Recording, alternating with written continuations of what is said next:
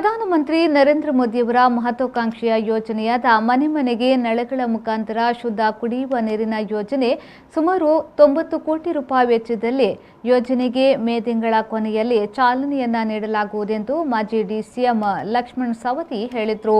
ಬೆಳಗಾವಿ ಜಿಲ್ಲೆಯ ಅಥಣಿ ತಾಲೂಕಿನ ಸತಿ ಗ್ರಾಮದಲ್ಲಿ ಸುಮಾರು 9 ಸಮುದಾಯ ಭವನ ಹಾಗೂ 3 ಕೋಟಿ 50 ಲಕ್ಷ ರೂಪಾಯಿ ವೆಚ್ಚದ ರಸ್ತೆ ಕಾಮಗಾರಿಗೆ ಭೂಮಿ ಪೂಜೆ ನೆರವೇರಿಸಿ ಮಾಧ್ಯಮದೊಂದಿಗೆ ಮಾತನಾಡಿದರು. ಜನರು ಬಲಿಷ್ಠವಾಗಿರಬೇಕು, ಆದರೆ ಶುದ್ಧವಾದ ನೀರು ಗಾಳಿ ಇದ್ದಾಗ ಮಾತ್ರ ಆರೋಗ್ಯವಂತರಾಗಿ ಇರಲು ಸಾಧ್ಯವಾಗುತ್ತದೆ. ಆದ್ದರಿಂದ ಮನೆ ಮನೆಗೆ ನಳಗಳ ಮುಖಾಂತರ ಶುದ್ಧ ಕುಡಿಯುವ ನೀರು ಸರಬರಾಜು ಮಾಡಲು ಸುಮಾರು 90 ಕೋಟಿ ರೂಪಾಯಿ ವೆಚ್ಚದ ಕಾಮಗಾರಿಗೆ ಸಿಎಂ ಬಸವರಾಜ ಬೊಮ್ಮಾಯಿ ಅವರು ಚಾಲನೆ ನೀಡುವ ನಿರೀಕ್ಷೆ ಇದೆ. ಯೋಜನೆಗಳ ಸದುಪಯೋಗವನ್ನು ಕ್ಷೇತ್ರದ ಜನರು ಪಡೆದುಕೊಳ್ಳಬೇಕು ಎಂದು ಹೇಳಿದರು. ಈ ಸಂದರ್ಭದಲ್ಲಿ ಸತಿ ಗ್ರಾಮ ಪಂಚಾಯತ್ ಉಪಾಧ್ಯಕ್ಷ ಬಸವರಾಜ ದಳವಾಯಿ, ಬಿಜೆಪಿ ಮುಖಂಡರಾದ ಜಡೇಪ ಕುಂಬಾರ, ಶ್ರೀಶೈಲ ಗಸ್ತಿ, ರಾಮಗೌಡ ಪಾಟೀಲ್, ಗುತ್ತಿಗೆದಾರರಾದ ವಿನೋದ್ ಪಾಟೀಲ್ ಮೊದಲಾದವರು ಉಪಸ್ಥಿತರಿದ್ದರು.